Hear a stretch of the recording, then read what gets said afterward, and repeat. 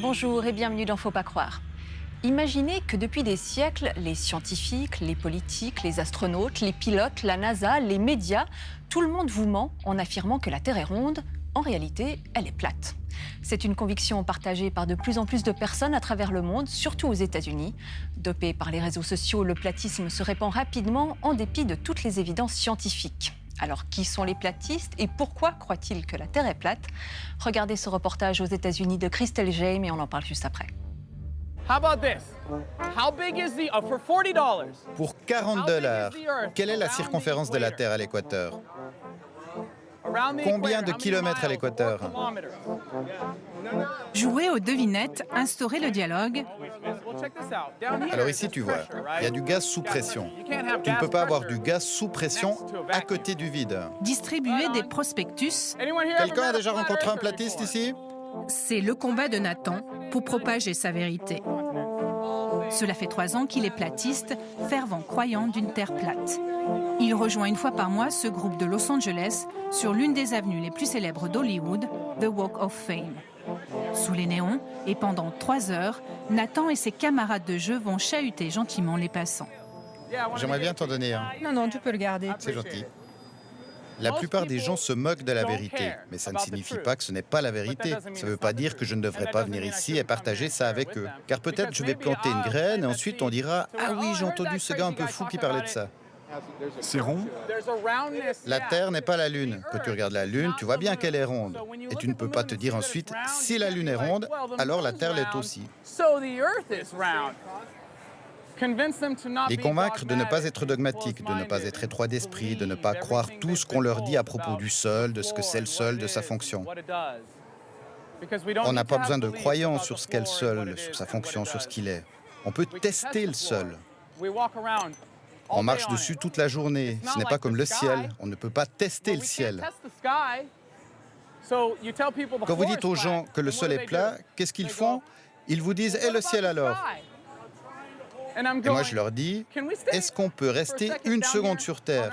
Est-ce que je peux te ramener sur Terre? C'est comme s'ils répétaient un scénario écrit à l'avance.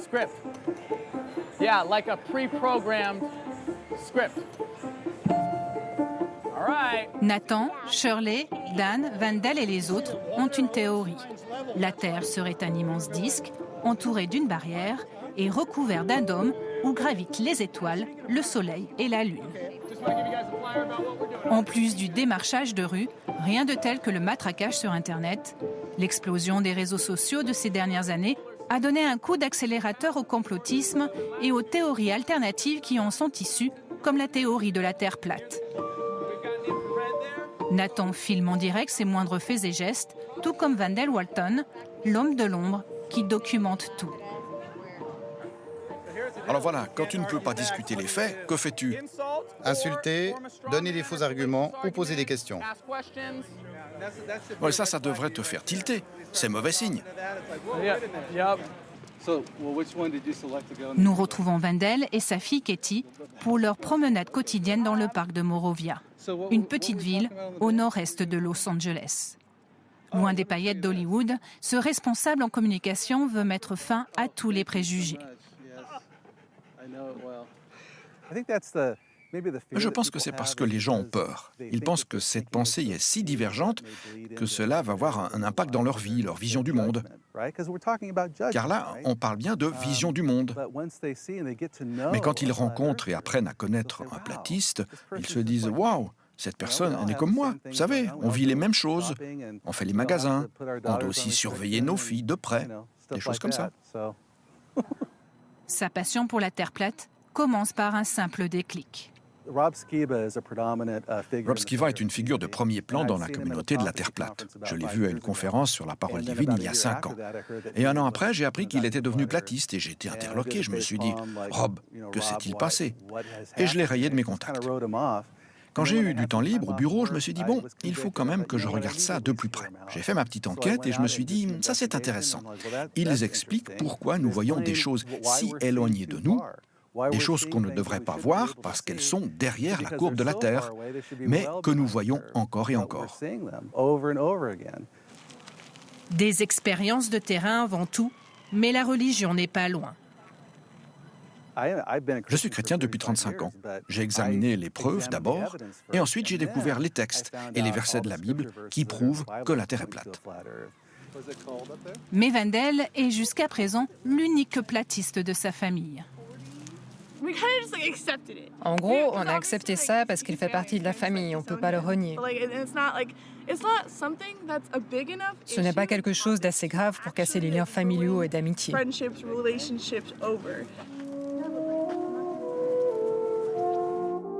Wendell et les autres doivent leur conversion à cet homme Samuel Robotham.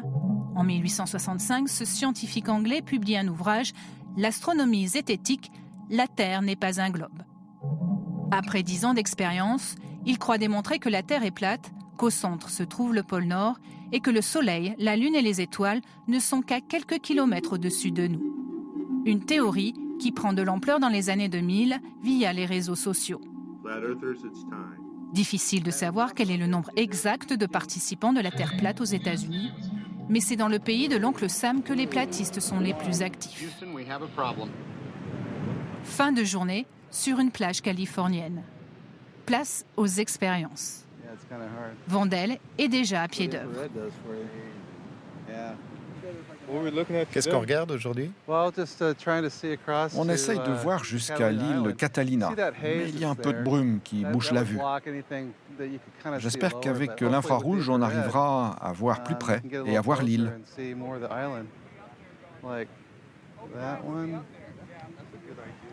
Si la Terre fait 38 600 km de diamètre, il y a un calcul qui prouve qu'on peut voir jusqu'à une certaine distance. Ce calcul, c'est 20 cm pour 1,6 km. Donc si vous regardez à 1,6 km, l'horizon devrait baisser de 20 cm. Si c'est le double, c'est-à-dire 3,2 km, cela fait 80 cm. Et pour le triple, c'est 182 cm, etc. Si je me tiens ici et que je regarde à une distance de 16 km, je ne devrais pas voir grand-chose, car l'horizon aurait baissé de 20 mètres. Au fil de la soirée, on oublie les tests. Ce qui importe, c'est de se retrouver, d'entretenir le lien qui unit le groupe. Quand vous rencontrez un autre platiste, il y a un énorme sens de la fraternité, car il est difficile de révéler publiquement et d'affirmer que la Terre est plate. Ça génère beaucoup d'ostracisme, on est ridiculisé, et les gens s'inquiètent pour leur réputation.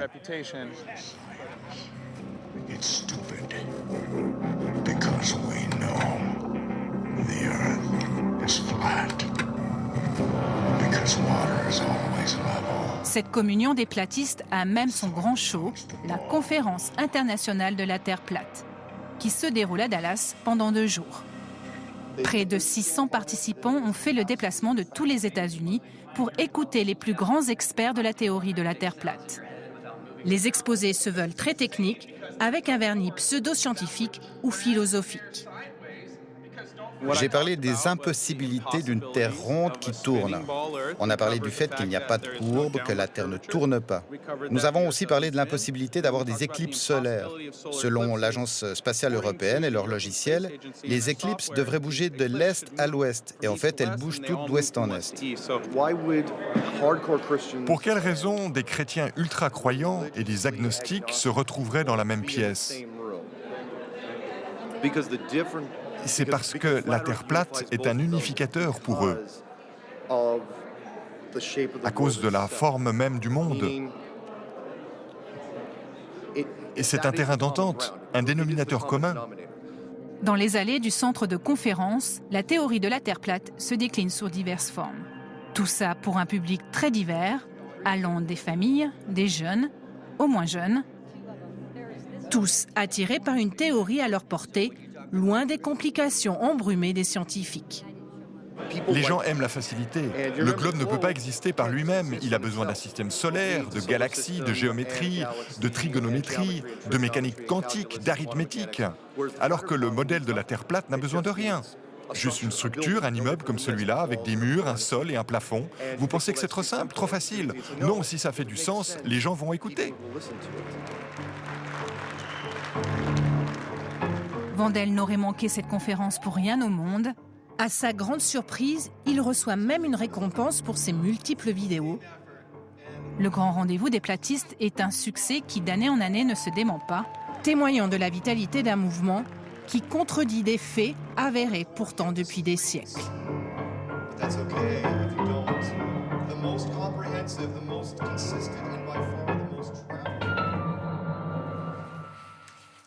Bonjour Jean-François Mayer. Bonjour. Vous êtes historien, vous avez fondé l'Institut Religioscope, vous travaillez sur les religions depuis très longtemps et vous êtes, je crois, l'un des seuls chercheurs en Suisse à avoir pu assister à l'une de ces conventions des platistes, c'était à Denver en 2018. Alors vous avez rencontré des gens qui, comme dans le reportage, professent le même genre de théorie. Enfin, ça existe vraiment, vous les avez vus de vos propres yeux. Ils existent vraiment, ils en sont convaincus. Pour la plupart, ils en sont convaincus depuis peu d'années. Je n'ai, je crois, pas réussi à trouver à Denver une seule personne qui m'ait dit avoir adhéré aux théories platistes avant 2015.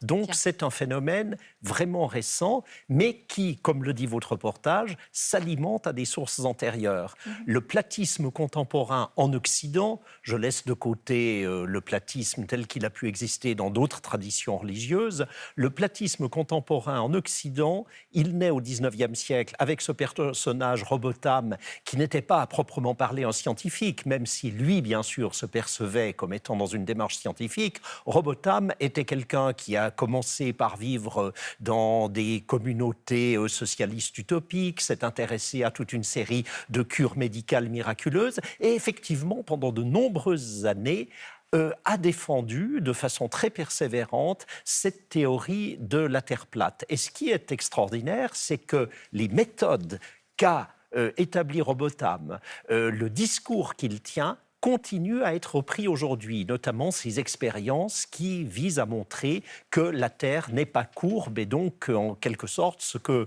nous voyons, c'est bien une Terre plate et que tout le reste serait une supercherie. Et alors, évidemment, ce qui va se passer par la suite, c'est que ces dernières années, il y a également des personnes qui développent une croyance à la Terre plate sur une base qui n'est pas celle du christianisme, qui s'alimente aux mêmes sources.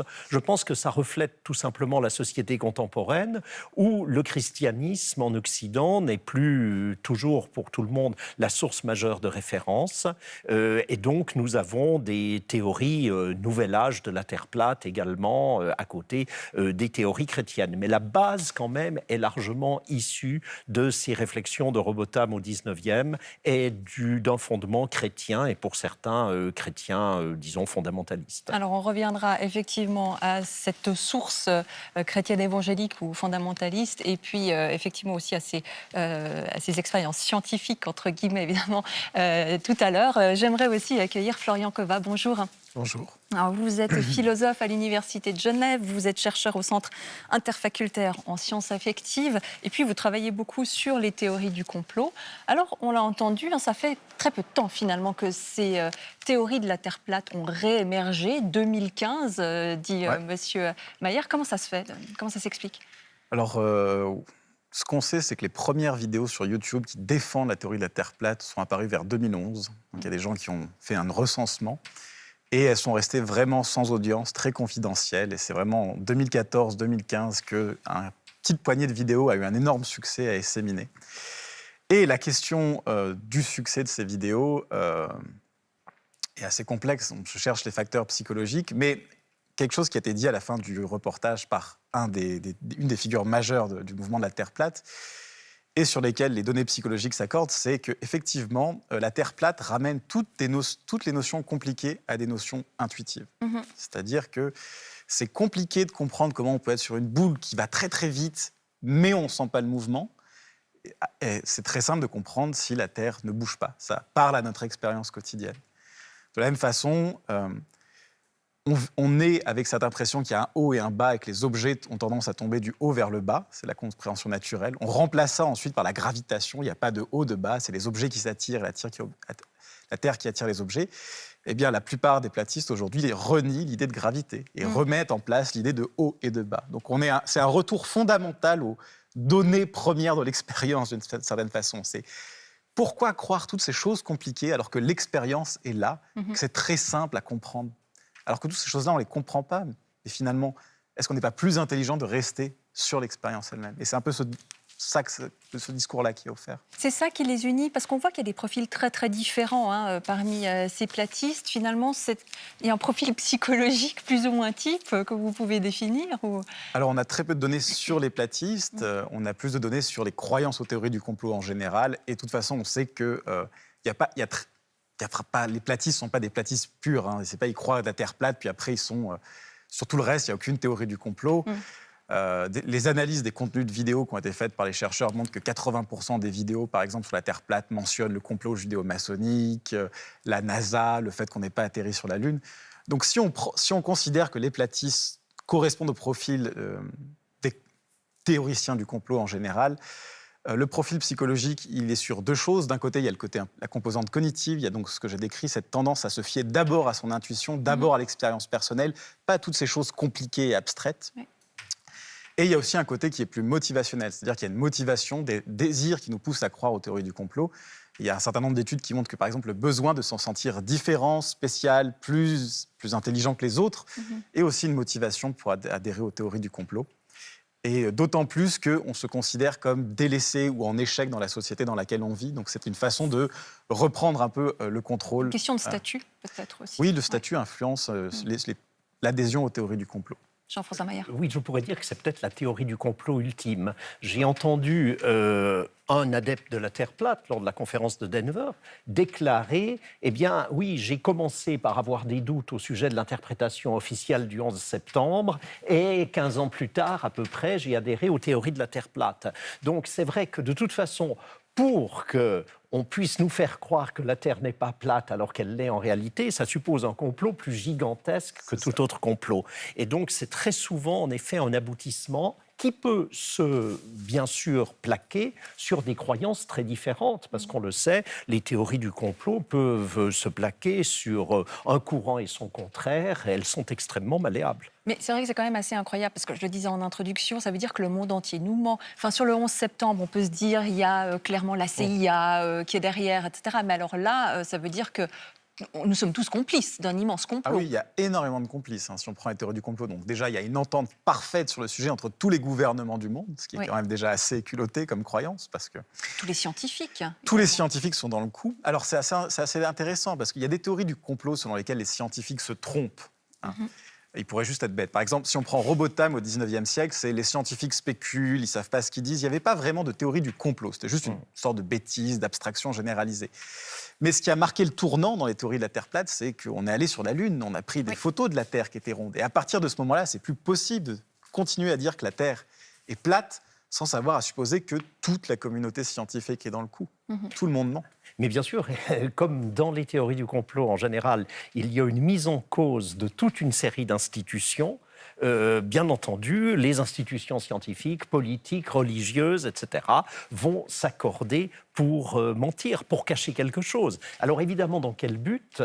Tout va dépendre des arrière-plans religieux. Pour quelqu'un qui a par exemple un arrière-plan religieux chrétien prononcé, c'est l'idée que, disons, des influences malignes, des influences peut-être diaboliques, veulent à tout prix nous empêcher de voir la réalité d'une cosmologie authentiquement biblique qui prouverait l'authenticité des Écritures. Et d'ailleurs, c'est intéressant de voir que certains partisans aujourd'hui de la Terre plate aux États-Unis, dans le milieu chrétien, se recrutent dans des milieux qui commencent par le créationnisme et qui continuent par la Terre plate. Bien entendu, les milieux créationnistes américains se défendent de vouloir adopter la théorie de la Terre plate, parce qu'ils ont le sentiment que ça mettrait en cause totalement leurs prétentions scientifiques à prouver les thèses créationnistes. Il y a une gradation dans la scientificité ou la non-scientificité de ces théories.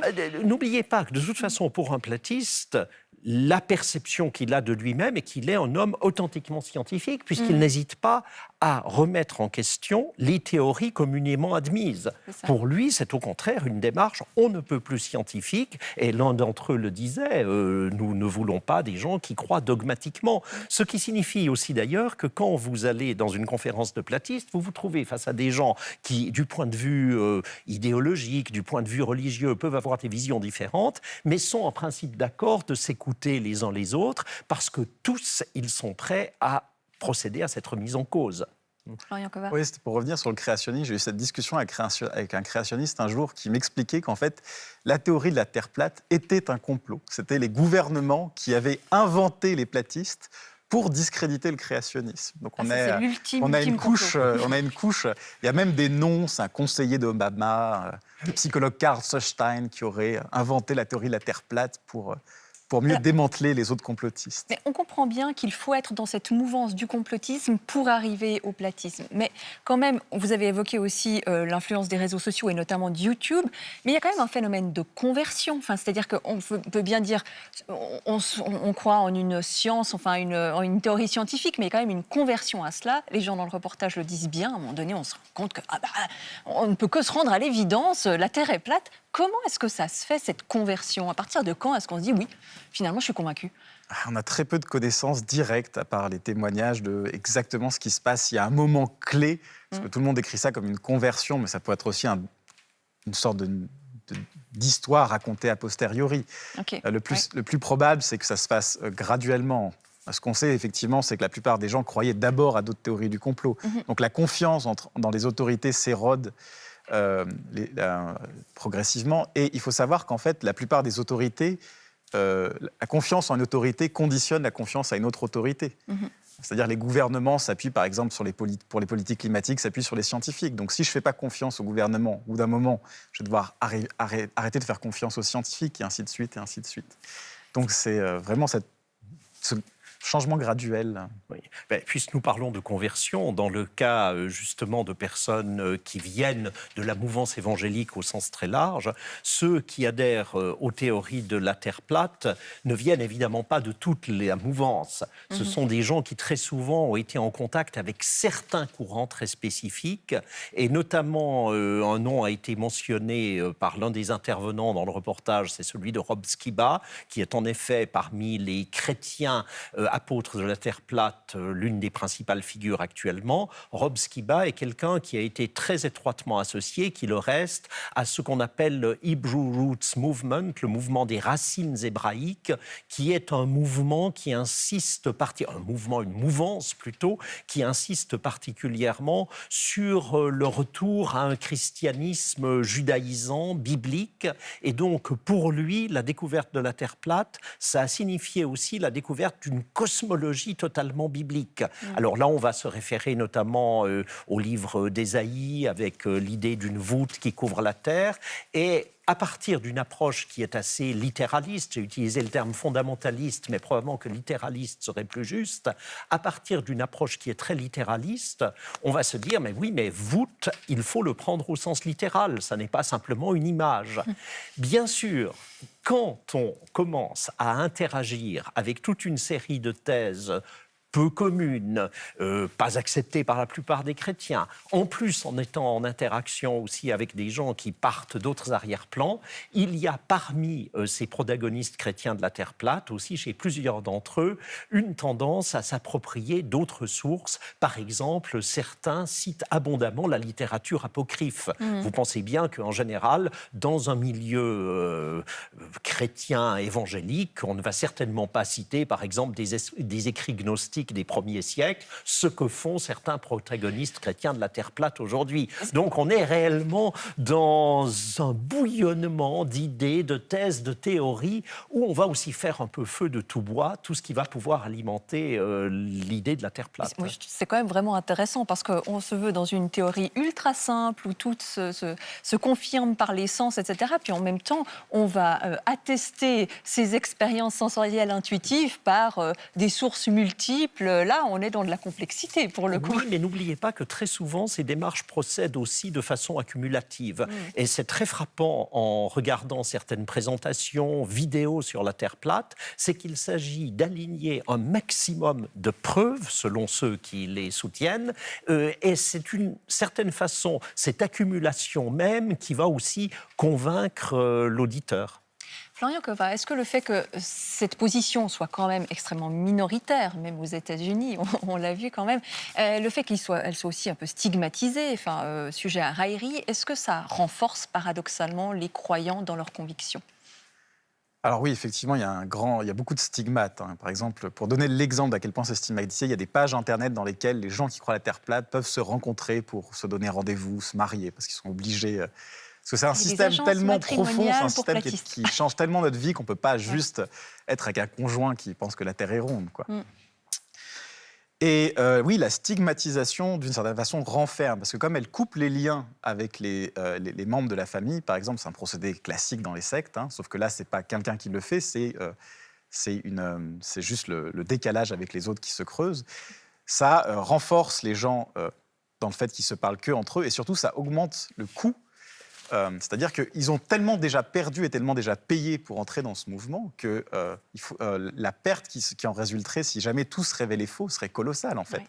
Si vous avez brisé les liens avec tous vos proches pour suivre votre vocation de la Terre plate, c'est difficile de revenir en arrière.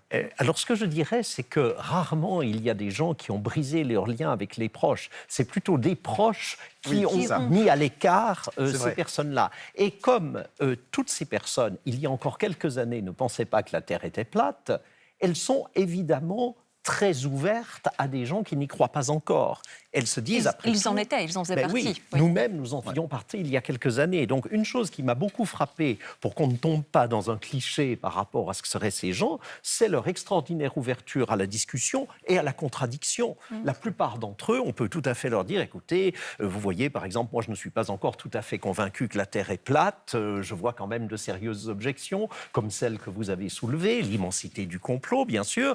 Et ça ne les choque pas. Ils sont volontiers prêts à entendre ça, même s'ils vont ensuite vous donner leur témoignage. Il ne faut pas oublier aussi que quand on est dans une croyance très minoritaire, on va avoir envie de la partager parce que plus il y a de gens autour de vous qui y adhèrent, plus évidemment vous allez vous renforcer dans cette conviction. Et donc on va voir des gens qui ont une attitude, c'était magnifique dans le reportage, cette mission dans les rues de Los Angeles, et effectivement il y a dans des conférences sur la Terre plate de véritables ateliers de préparation à la mission dans la rue. Quelles sont les meilleures méthodes? Il y a eu l'automne dernier, à travers l'Europe, une tournée avec un minibus sur les mensonges du globe et vraiment des platistes américains, britanniques qui ont traversé toute l'Europe dans différentes villes. On voit ce prosélytisme de terrain. Et puis, pour conclure, Florian Cova, on voit aussi cette diffusion à travers les réseaux sociaux. Vous pensez qu'il a quel avenir, ce mouvement? Est-ce qu'il peut vraiment prendre de l'ampleur? Alors, c'est toujours dur de faire des prédictions. Personnellement, je ne suis pas très, très inquiet. Il y a des choses beaucoup plus répandues. On peut dire qu'un des problèmes de la théorie de la Terre plate, c'est que si elle devenait répandue, elle s'autodétruirait. Déjà, d'un point de vue motivationnel, si la motivation, c'est d'être un peu différent des autres et de se distinguer, plus les gens y croient, moins c'est distinguant de croire à la théorie.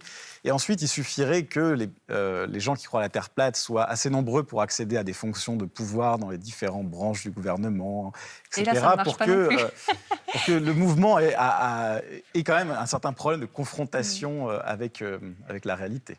Merci beaucoup. Merci, messieurs, d'avoir participé à cette émission. Et si vous souhaitez réagir, vous pouvez nous écrire à l'adresse fautpascroire@rts.ch ou alors poster un message sur notre page Facebook.